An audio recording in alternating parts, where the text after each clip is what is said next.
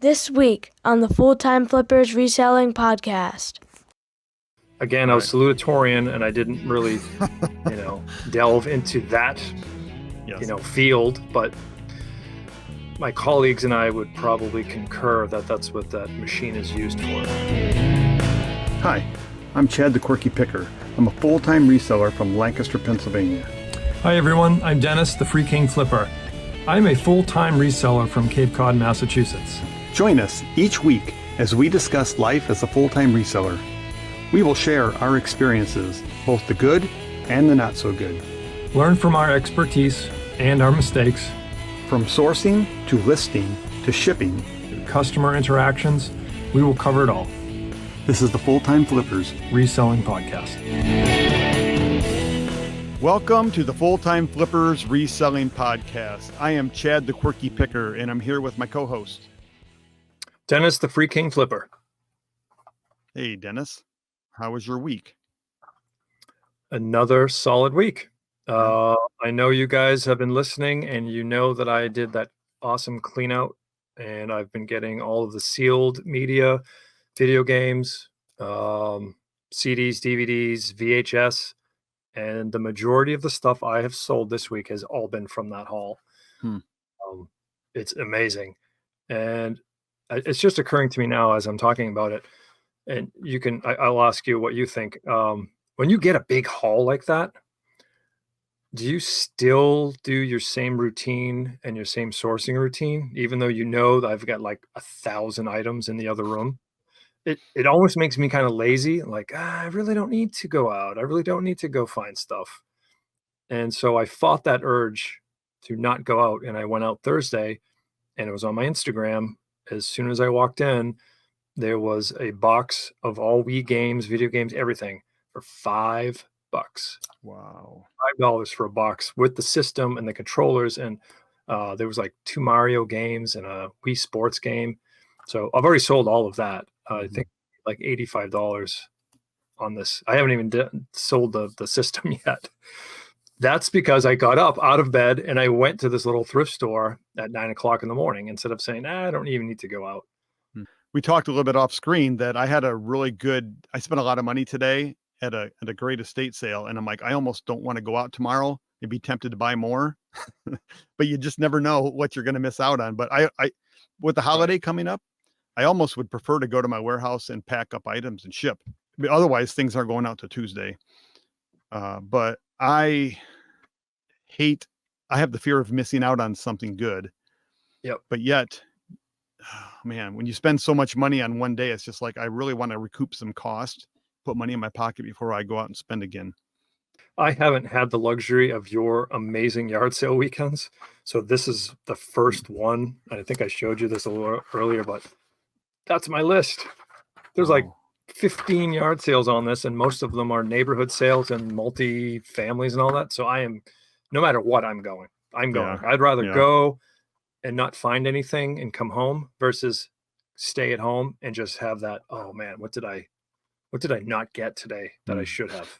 So you're right. The fear of missing out is strong. Yeah. So my warehouse is getting so full too. Well, I'll tell you how my week is. And this is leading into my warehouse being full. So, where I rent my warehouse, it's a basement of a building from a friend, and he owns a bunch of storage lockers, a storage locker facility outdoor. And I guess there's some indoors too, but every 6 months or so they have auctions for, the non-paying. And he tells me the dates, and he said there was going to be 8 lockers going up for auction on Wednesday, and it's like a 40-minute drive from my house. And I went up there before I wasn't planning on buying anything, just I wanted to see how it worked. He's not really a professional auctioneer. He just is real simple about it. And he's an honest guy. So none of it's been searched or touched, other than he went and cut the locks off previously that morning. But yeah, nothing was opened up. And so I went up there with my car thinking if I won something, I'd come back the next day. So I went up there, and the first locker went for over $200, around $250, I think it was. And it was full. Like if I'd had a box truck, it would have taken me three loads of box trucks, which I don't have. I have access to one, but I have to pay to like drive it. the second locker that we went to was a 5x10 with high ceilings, and it was not packed full. It had maybe 10 tubs and 10 crates full of stuff, and then some boxes scattered about on the floor. And I saw some electronics. I saw 3 desktop computers, so I figured maybe there would be more electronics. And I was estimating if I took the seats out of my van, maybe I could get everything in 2 loads. That's what I was hopeful for. So I'm like, oh, that's not too bad. It's a 40-minute drive there one way. So when I was bidding, I just so happened to take a glance, and I noticed that there was some PS2 games in a box. And then I knew that I wanted it. So I ended up winning the locker for $80. Oh, nice. So then I came back the next day with my van and started to fill up my van with all the stuff that I thought was the most sellable and valuable. And what have I found so far? I'll wait and share that at story time. You have to find out. Man. Some good stuff. There's some good stuff. That's awesome. I love the treasure hunt. First time ever. The first time I've ever won a locker. And I think I did okay. All right. Up next is viewer mail. Do you have any viewer mail you want to share from comments from this week?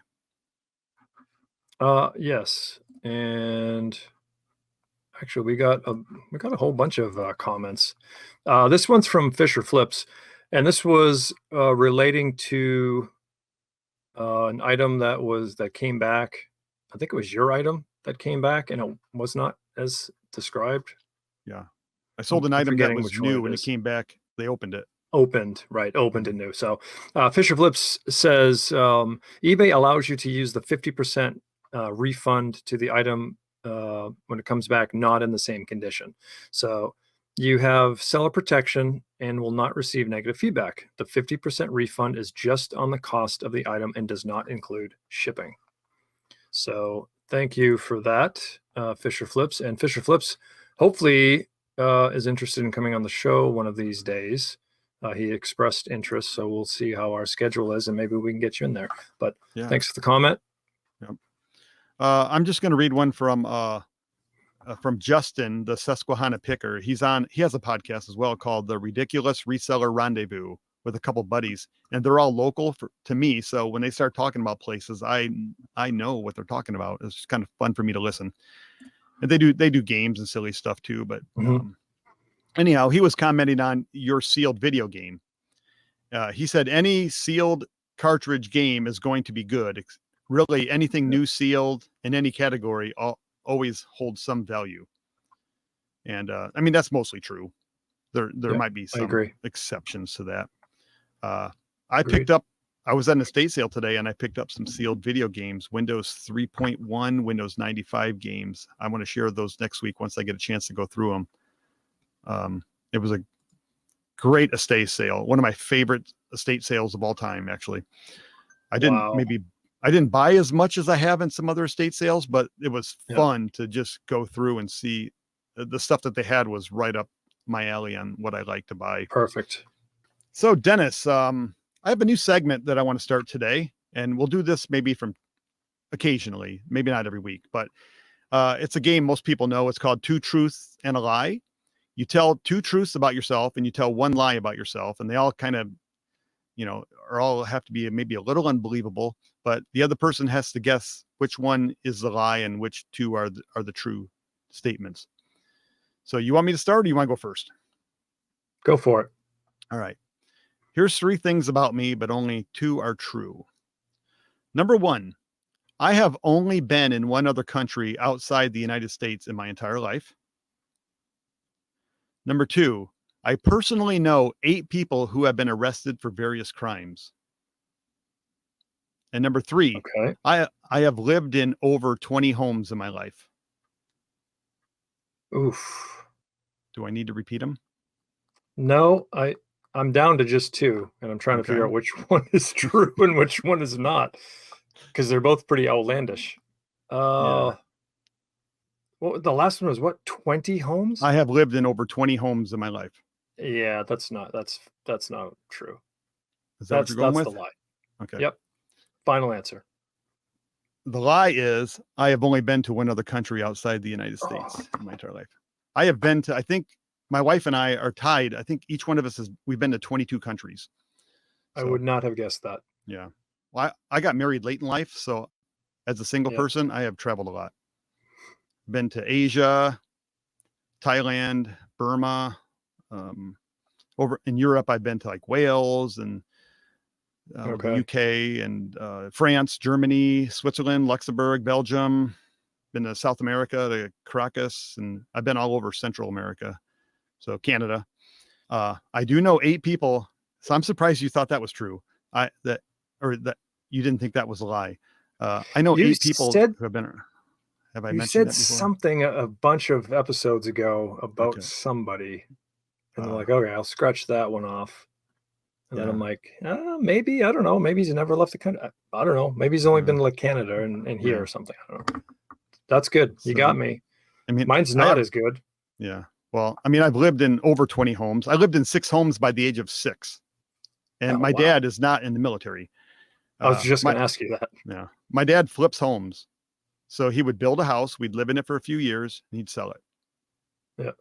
And Wow. he did that a lot growing up. So yeah. All right, mine. Yes. It's not as good. It's not as good. That's right. Okay. Number 1. I moved 600 miles away to become a police officer in Virginia. Number 2, I graduated the salutatorian of my class. And number 3, I am a huge reggae music fan. Should I repeat or you got them? No, I got it. I'm pretty sure number 1 is true because you've talked about that on the podcast, I think, once, that you were a police officer in Virginia. Was it 600 miles? I don't know if that part's true. I don't know. I'm going to say number 1's true. Reggae music. I know you've talked about liking odd music. Is that odd? I don't know what's odd. Different music. I'm going to say that's true. So you weren't, you said salutatorian? Mm-hmm. You said number 2 must be the lie. That was salutatorian. Man, you have Yeah. no faith in me. Well, you could have been. You're a smart guy. No, I was not. Okay. I wasn't even close. Yeah. I haven't- do love reggae music. Yeah. Okay. And I did move from Massachusetts to Virginia, which is about 600 and some odd miles to be a Okay. police officer. And I wasn't even in the top 10 of my class. So you nailed it. You got it. Winner, winner. Yeah. Well, I don't know what I win. Very but- good. Bragging rights. I Yeah, hope you well- guys learned something Right. from, about each of us. And if you guys Yeah. like that segment, we can do more of it. I think it's Yeah. fun. We don't talk a lot about ourselves, and so it's maybe a good way for us to break the ice. Yep. Okay, moving on to story time. An interesting story of a reselling event from your past. And Dennis says he doesn't have one, but I'm going to talk about my storage locker that I bought. So like I just shared a little bit ago, I bought a storage locker, and what did I find inside the storage locker? Inside that box of PS2 games was a PS2, and there was 7 Nice. PS2 games. None of the games are worth a lot, so I'm going to bundle them with the PS2. I still need a video Yep. cable to be able to test it, but it does power on. There was also in the box a PS3, and I fully Nice. tested that, and it works. And there was 7 games with that, so I've listed that for $100, and I'm getting lowball offers already on that for like. Hold on. Did you check to see if it had the 4 USB ports in the front? It has 2 USB ports, I believe. Okay. All right. Why? All right. I'm sure the viewers are thinking the same thing because you could have one of those reverse compatible ones, and they're like $200. You just flip it over, and then it'll have that CH whatever the Yeah, code is. CECH. Yeah. I do have it. And It then starts with CECH. So look that up, and it'll tell you if it's a reverse compatible PS3. And now you're talking like maybe 3 times the amount of money. But if people haven't bought it at whatever price you had it, what would you say, $100? $100. Yeah, it would have been gone like that. I think they were Well, about $250. Okay. I comped a whole bunch of them, and that's what I saw. Okay. And based on the model number, Yeah. not just PS3. Yeah. So it's a slim. I don't know. But Oh, okay. Nice. Still. I found 2 ViewSonic digital signage monitors. A lot of businesses used to put like monitors up in their lobbies of their businesses. Oh, yeah. So they're like a higher quality monitor than just a normal computer monitor, I guess. Or I don't know what's so special about them, but I think they're worth about $100 each.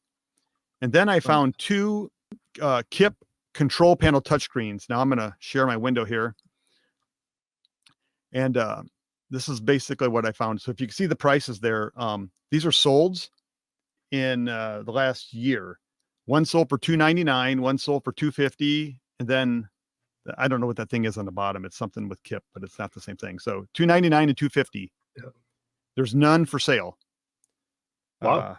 So I guess they sold in 2022, so a couple years ago. But so I think they're realistically, maybe I can get $200 each for them. Yeah. So I'm up to like that's 400, 500, 600, 700, 800. That's $800 so far. I did find one other item that's a possible home run, grand slam home run. It's an HSM digital shredder. And what this is you put hard drives. I don't know if you've ever heard of this. Have you heard of a digital shredder? You would think maybe it destroys hard drives, but what it actually does is you can put a bunch of hard drives in it, and then like a master hard drive of what you want to copy. This is my understanding of what it is. I've been doing some research, and it will reformat all the hard drives and put the software on that you want on the disk. So like big companies that want computers that are all the same, I think can use these. And what is this worth? I will share that later in the podcast, but it's worth a lot if it works. So like it re-images. That's my understanding. I've been I've just done a little research, but I have to test it to see if it works. Wow. Now, I'll share a photo later on of what it looks like. Cool. All right. Moving on to home runs and strikeouts, your best and your worst sales of the week. Take it away, Dennis. All right. I don't want to beat a dead horse, but my home run, it is that VHS tape that I showed you from last episode, the Slumber Party Massacre on VHS, parts 1 and parts 2. It did sell for $150, free shipping. It was I had it on there for a $179. I got a ton of lowball $60 offers, and then finally someone's like, how about $149.99? Like, deal. Yeah. So it's nicely wrapped up and packaged and sent out, and we'll see what kind of response I get for feedback. But again, it was crazy. One of them was opened and one of them was sealed. So I think part 2 is sealed. So again, go out there and find your VHS, your sealed VHS. My strikeout, I don't even know why I even listed this thing. I thought it was cool. It's a digital camera. It's a Canon A20. I think it's only like 3 megapixels. But I saw comps for like $20, $25. So I'm like, cool. So I throw it on there. Nothing. Goes down to $19.99. Nothing. $14.99. Nope. Nothing. This is like 4 or 5 months. Somebody offered me this morning $5 plus shipping. Yep. Gone. Take it. It had the manual and it had the cord like you could plug into a computer. I'm like, I don't know. I've said it before. Some of these little digital cameras and point and shoots, $100 to $180, great. But some of the models, for some reason, just they're terrible. But that I don't know. It wasn't a huge strikeout. I think it was obviously free, and then I listed it. But $5, like, wow, that's. What'd you say the model number was? Did you say what the model number was? A20. Okay, because those numbers typically that second number, that 2, there's usually a scale from like 1 to 10 or 1 to 9, and the higher that number is, the more features it has, and the lower that number is, the more simple it is. So this is like an entry level digital camera with very low megapixels. So I don't know why somebody would want it, but it was shipped off and gone. So 1 home run, 1 strikeout, and that home run I'm still kind of giddy about because that was fun. Easy to package. 2 VHS tapes. Yeah. Done. It was awesome. So 8x6x4 box. You ship it That's it. media mail? No, you wouldn't have, because you want insurance on that, or you want. Not that one. Yeah. I don't. Um, Anything under $10 or $12 around in that range, I'll ship media mail. Anything more than that, I like to ship ground, yeah. depending on how much it weighs. But I have lost some things media mail, and they're just like, sorry. Yeah. Like you can't track it. You can't, no insurance. There's no nothing. She's like, yeah, it's just lost. Sorry. So I'm like, I use media mail sparingly. And sometimes like Ground Advantage is only like $1 more. So it's a no brainer. Right. Yeah. All right. Well, my home run is something that I purchased just like a week ago, an Apple 15-inch iMac G3. It was indigo blue, model M5521. And I bought it at an estate sale for $22. And I looked it up. I booted it up. It booted up. I hooked the keyboard and mouse up just to make sure everything worked. And it worked. I did some comps, and apparently there's a lot of these iMac G3s out there, but they do sell. And I was seeing sales numbers anywhere from $79 to $120, depending on the condition. Oh, wow. This did not have the keyboard, no mouse, had some scratches. So I listed it for $99, and it sold in under 15 minutes.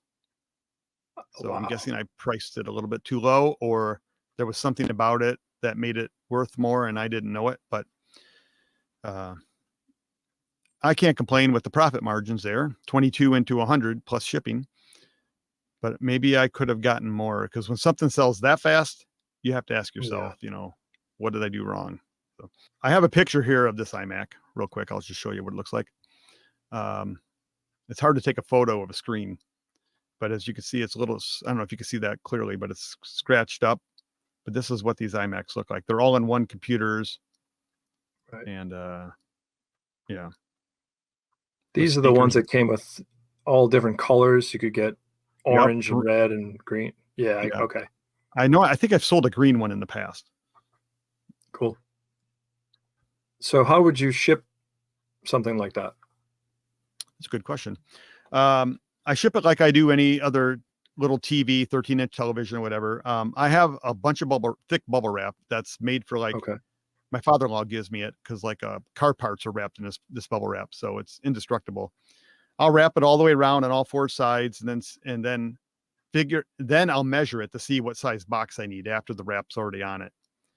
And I think this one was like 20 by 19 by 18 is what I ended up having to go by.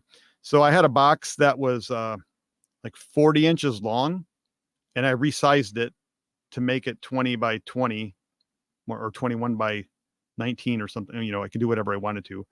And then I take other cardboard boxes, and I will actually fill the inside of that box with cardboard, like double thick cardboard, all the way around it to add extra layer. So it's like 3 or 4 layers of cardboard by the time I ship it, by the time I'm done boxing it up.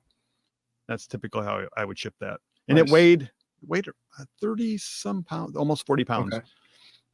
But, and my strikeout was something that's been in my store for easily maybe 2 years. It's a Chess Master 9000 CD-ROM game for Windows 98 ME XP. It was open. It sold for $4 plus shipping. I think I probably listed it originally $15 and just slowly lowered my price. But these CD vintage board, it's like a board game, whatever you call it. They don't have a lot of value typically if they're on CDs. A lot of them were just like included with the purchase of new PCs. So like everybody has one and nobody played them, or they play them very little. And like poker, Monopoly, Boggle, games like that from the 80s games that were, never really did well. Sometimes cereal boxes would throw in. I remember Kellogg's, I think, had some CDs, and none of those are worth anything either.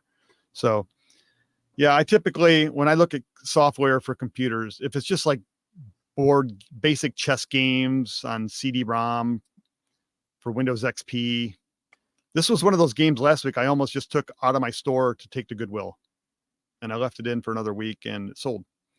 It's not terrible. I want to raise the overall value per item in my store, and the only way I can Yep. do that is by getting rid of the $4 items. All right, next up, bolos and nolos. One thing to be looking for, and one thing that you wouldn't buy again. Go for it, Dennis. Well, this was just like 2 days ago, 2 or 3 days ago. Your boy, the Free King Flipper, loves to find something on the sidewalk. So this was on my way to a thrift store, a little tiny sign that says free stuff. That's my favorite phrase. So I pulled in and I found a whole bunch of vases, like Okay. flower vases. And normally I'm Mhm. like, this is garbage. Here's mine. And I thought, wow, Wow. that looks like blown glass, like the handles. This does not look machine made, right? Okay, But then yeah. on the bottom, there's a little sticker. I don't know if you guys can read that, but it says Murano, Italian. Murano. This thing's cool, right? Mhm. So I decided, all right, let's look up some of that stuff. This is what some of Murano stuff is going for. And Wow. yeah, mine of That's at course the is high not end. in here. This is super high stuff, right? Mine is not. Mine is probably worth $40, maybe $50. But there's there's my sticker right there. See it? The little red circle. So I don't even know how you would describe the one I have. It has like 2 little handles. But I mean, this is crazy. This is really nuts. Speaking of crazy, you should ask the crazy lamp lady. She probably would know. She Of would course. know exactly. Here's Yeah. something similar to mine that has the little handles. But I'll try to do a reverse search on it, and Yeah. I'll try to get a little bit more. But there was I got one, two, three. I got 4 different vases in the box. Everything else was like just clear, crappy glass. I think Mhm. we talked about that with Esme about clear glass. Yeah. But this one is pretty sweet, and definitely a bolo. I don't know how to pick out, like if it didn't have the sticker on the bottom, I Mhm. probably would have just passed it over. Yeah. But yeah, next time you're at a thrift store, just breeze through and see if you can find the magic words Murano on there. Do a little bit of research. You might have a $50 to $100 item in your hands, and hopefully that's what this is. But it's pretty nice. I had to rescue it from my wife was going to take it and use it. I'm like, yeah, no. You can have all the clear, crappy glass ones that we have. So Murano Italian glass is my bolo. My Nolo, and I don't have anything on the computer, but of course I have them in my hand because I've had these for a year and a half. Used plastic tumblers. Oh, I don't know why. I do know why, because they were in a box of free stuff. Yeah. This one is from Royal Caribbean Cruise Line. Mhm. All right. And it's got the Coca-Cola. I think I have 5 of these in different colors. And they have been in the store for over a year. This one is a Disney one, which I thought would sell, right? Mhm. It's what is this, 20 ounces? Something like that. But it's got the lid and everything. Nope. I can't even get like $6 for this thing. Yeah. Yeah. So don't even buy bother 'em. with these. If they're new and sealed, maybe, but you're still only going to get $8. These have a screw off lid with a little drink thing. They are definitely used. Somebody brought these back from their cruise and then said, why did I do that? And then they threw them over to Goodwill. But yeah, there's no money in it. There's no real I don't know, value in these at all. Nope, nobody wants a used cup like that. So stay away. Save yourself the time. All right. My bolo this week is a vintage plush. Now, I don't buy a lot of plush, but I was at a yard sale and all the plush was $0.25. And as I was looking at the plush, a lot of it looked like it was 1980s. And I picked up just 2 of them for 50 cents total. The first one was this Pippi Longstocking. And this one sold for $17.77. And then the other one I picked up was this Chuck E. Cheese plush, 12-inch mouse, Oh, tie-dye yeah. in a tie-dye t-shirt from 2002. And that sold for Wow. $24.45 plus shipping. And I paid a quarter for each one of those. So I turned that 50 cents into whatever, 24, 30, $41. So I thought that was a pretty Wow. good return on investment. That is cool. You never know with Yeah. plush. It's crazy. 80s plush, like I think Chuck E. Cheese, since they're out of business, they still Mhm. it still has some collectability to it. But my Nolo is something that I picked up a whole bunch of in my storage locker. Cell phone charging and data cables.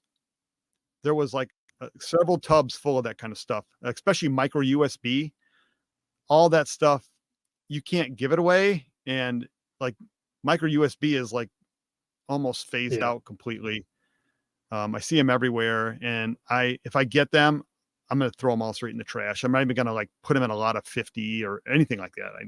No. It's just not worth your time because you don't know if those cables, they wear out kind of easy, and you'll be using it one day and suddenly your phone's not charging. You can't figure out why. It's just because there's a short in the cable somewhere. So stay away from a lot of that stuff, and it's all cheaply made in China. You can get it anywhere, dirt cheap, eBay, Amazon. I'm not adding to the clutter. I'm keeping it for myself if I need it. Other than that, I pitch it or take it to Goodwill, whatever. I don't even know if Goodwill wants it anymore. Probably not. I think I save maybe 5 of them just to have in case I get an electronic into the shop here that doesn't have one. Yeah, But you're right, they're everywhere. They're Mhm. all over the place. And then what is the other ones? They're micro, but they're a little bit thicker. USB-C.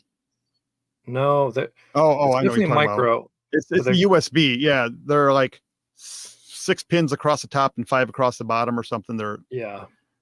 I don't know what shape. I don't know my shapes. I should. Parallelogram.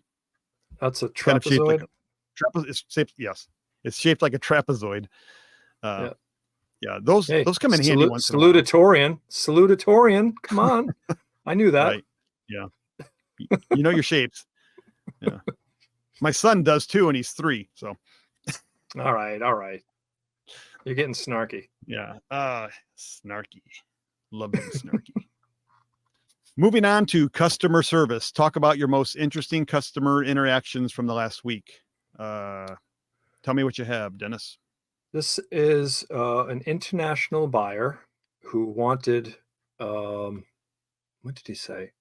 So he bought a boxed set of Charles Schultz, I guess, all the cartoons, and it's real nice. It went for $50. Wow.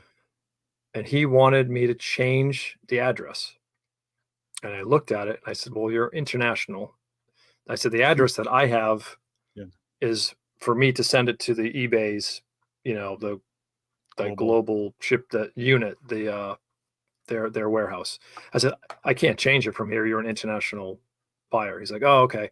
I said, tell you what, I will end it or cancel the sale per your request, relist it. You can change your address and you can purchase it again. He said, perfect. So he goes and tries to do that and then says, your listing is not able to be shipped internationally. I said, no, I'm looking at the actual listing in front of me and it's checked off for international. It says this item will be available to purchase for international right on it.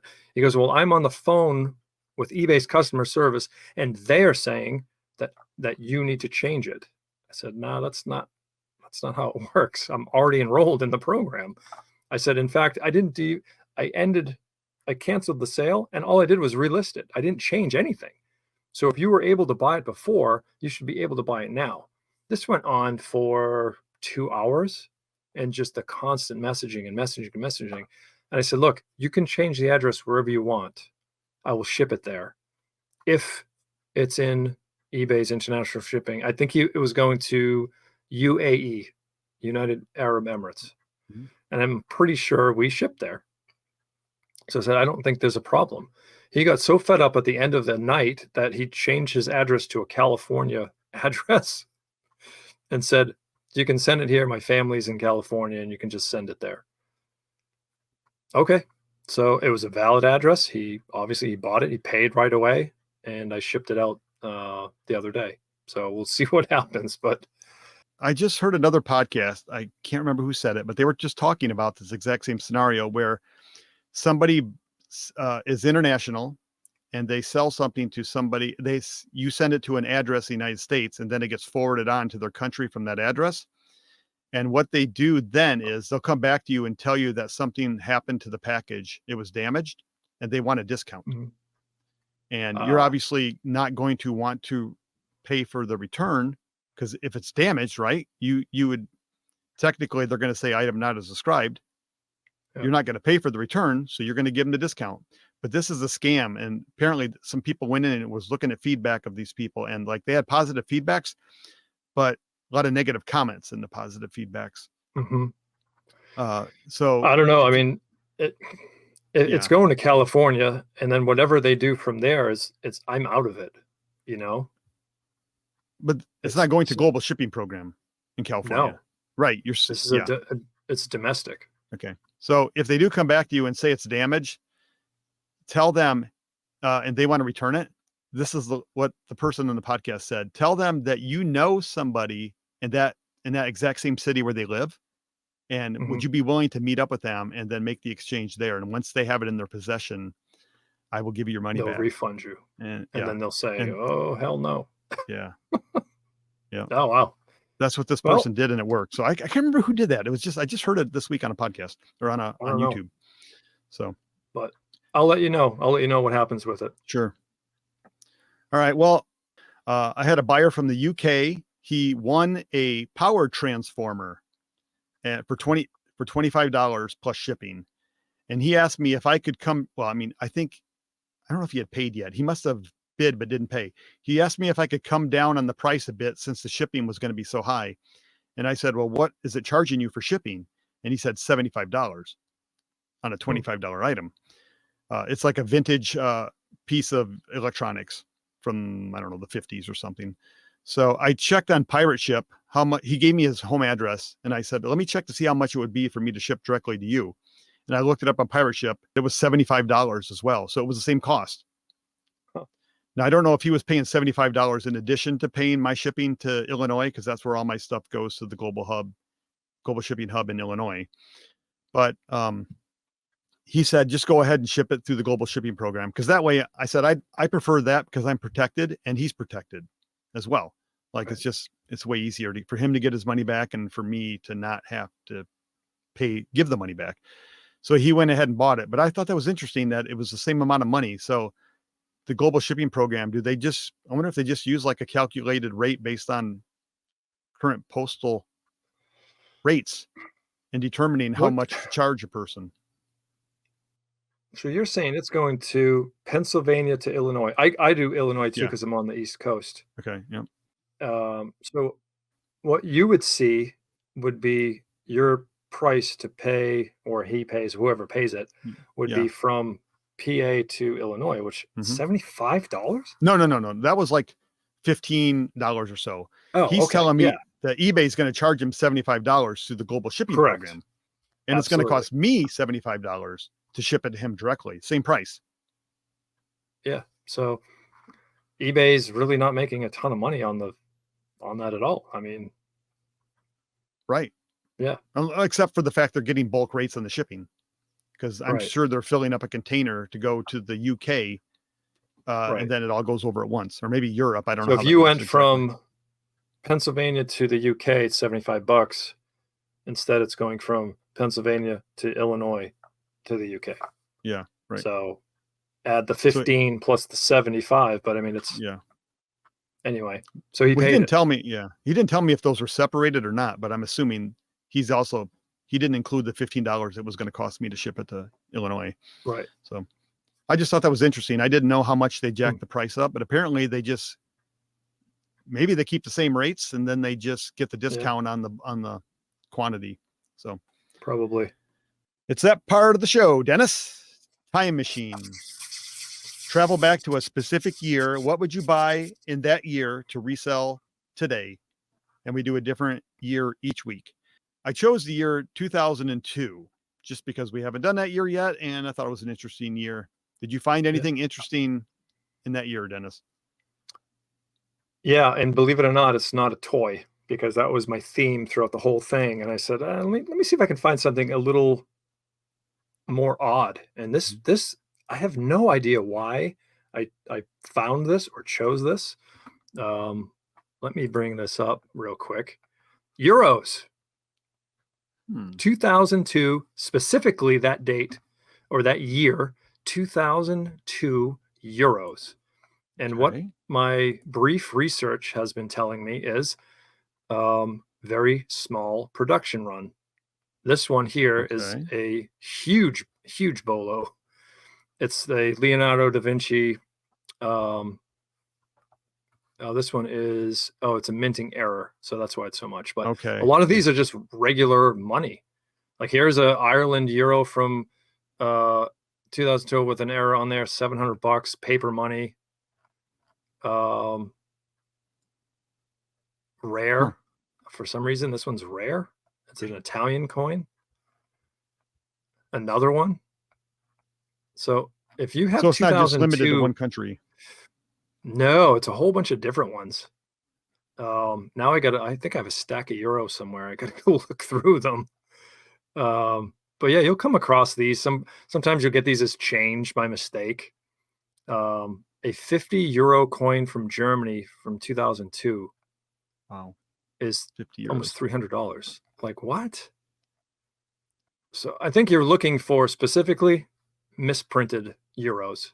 From 2002. They're in the thousands from 2002.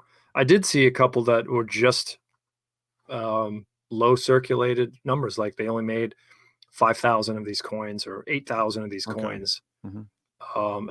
These were specifically for 2002. I went to like 2003, 2004, and then it's almost face value.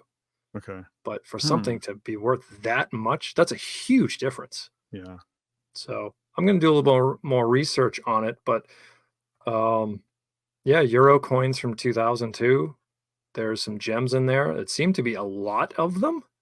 Not like that one Lincoln penny that's worth, $1 million, that type of stuff. This is routinely getting $500, $600, $700, $900, $900, $1,000, something like that. So I don't know. It's a different one for me. Maybe next week I'll go back to toys where I'm more comfortable instead of currency.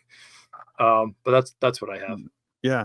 I guess if you live in Europe, and let us know what 2002, what's so special about their coins. I mean, a very specific thing or an event or something that happened that caused the production to be limited. If you know that, let us know.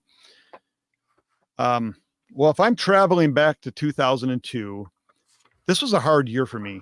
I like the 80s and 90s way and earlier, way better than the newer stuff is all like almost out of my age bracket in some ways.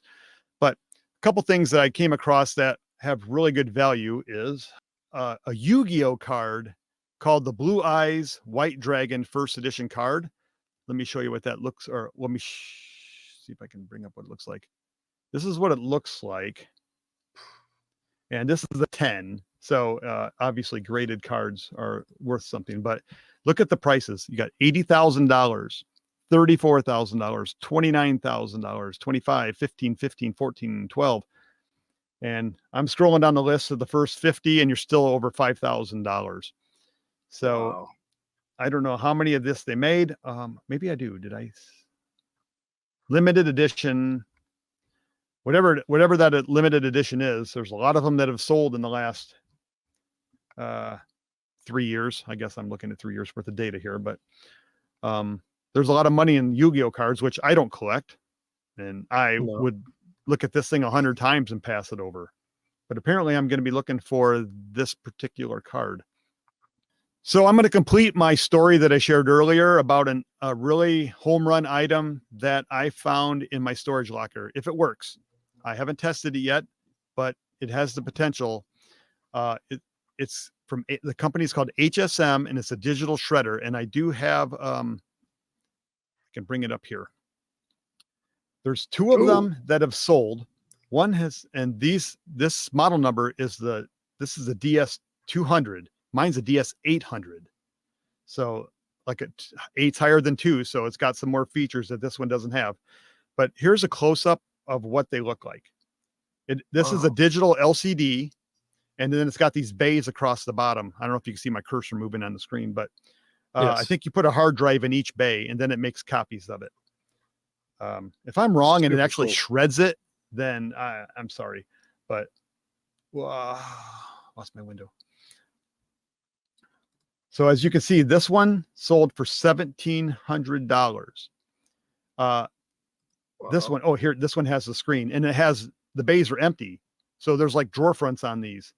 And this one, the screen comes on. This one sold for $1,200. So these were the only 2 sold in the last 3 years. There's one active, and that one is selling currently for $4,499. And this is also the 200. So no one has a DS 800, but I was doing some other research and they sold brand new for over $10,000. Yeah, I think it wipes them. It just wipes them. Yeah. Okay. I read somewhere that you could, on one of them, I thought you could program them to also install. All right. Well, anyhow, I could be very wrong. Yeah. Data shredding is the process of removing or destroying digital or electronic data permanently so that it cannot be retrieved or recovered. All right. So it doesn't destroy the hard drive, it destroys the data somehow. On it. Yeah. Again, I was salutatorian and I didn't really, delve into that, field, but my colleagues and I would probably concur that that's what that machine is used for. Okay. Yeah. Phone a friend. It was in my speech. Yeah. I'm gonna phone my valedictorian best friend and see what he says. Yeah. So we went to yeah, school together. So right. So now my $800 locker, I figure I can get close to $1,000 for everything else. And then this item could be the winner chicken dinner. That's awesome. Could be 1,000 to 2,000 or more. So yeah. And that was all because of your eye, and you saw just in the corner a PS2 game. A PS2 game in a box. That's all. That's why I bid on it. All right. Well, that is all we have for today. Do you have any closing thoughts for us, Dennis? Celtics are up 2-0 in the Eastern Conference Finals. So go C's. I am psyched that I have yard sales for tomorrow, and I'm dying to show you guys next week what I found. Get out there and get some stuff. It's this is what this is the time, especially for us in the Northeast. This is what we love and we just live for. So hopefully I do well. If not, I'm still having a good time and I get to enjoy the weather out there. So, have a great long weekend. No post office on Monday. Guys, get out there and enjoy. And I appreciate you watching and supporting us. Mm-hmm. Yep. I might hit some yard sales tomorrow morning. We'll see. I'm going to really have to see something I'm really interested in to go, because I bought so much stuff that I haven't even talked about yet this week that I'm overwhelmed, and I don't always have to buy. I hate not buying. I hate missing out, but I know. We'll see how it goes in the morning. Plus it's a holiday weekend. So. Yeah. And on Monday, this podcast comes out Monday morning. There's a Landisville, Pennsylvania has massive citywide yard sales on Memorial Day and Labor Day. Wow. And my son is marching in a parade in a neighboring town at 9:00 in the morning for Memorial Day. So with the band, so I cannot go to the yard sales. That's a conflict of interest. All right. Well, goodbye, everyone. We'll see you next week. See you.